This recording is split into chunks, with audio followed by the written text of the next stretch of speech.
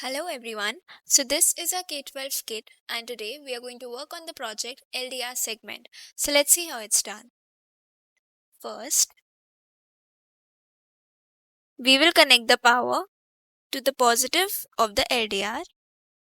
Then its negative to the ground.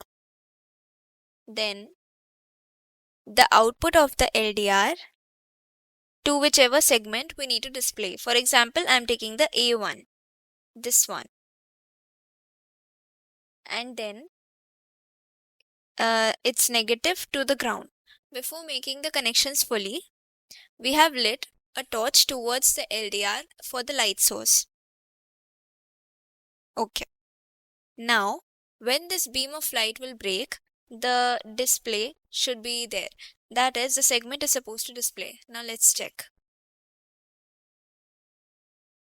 As you can see, as soon as the beam breaks, the segment starts to display. And this is how it's done.